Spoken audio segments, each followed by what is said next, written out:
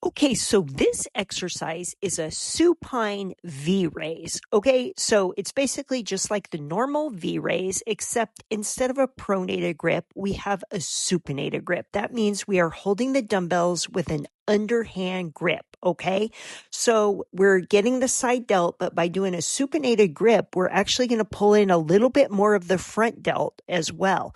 So this one, you're just coming up, making a V, and I want you to exhale on the way up and then make sure you really control it on the way down. Okay.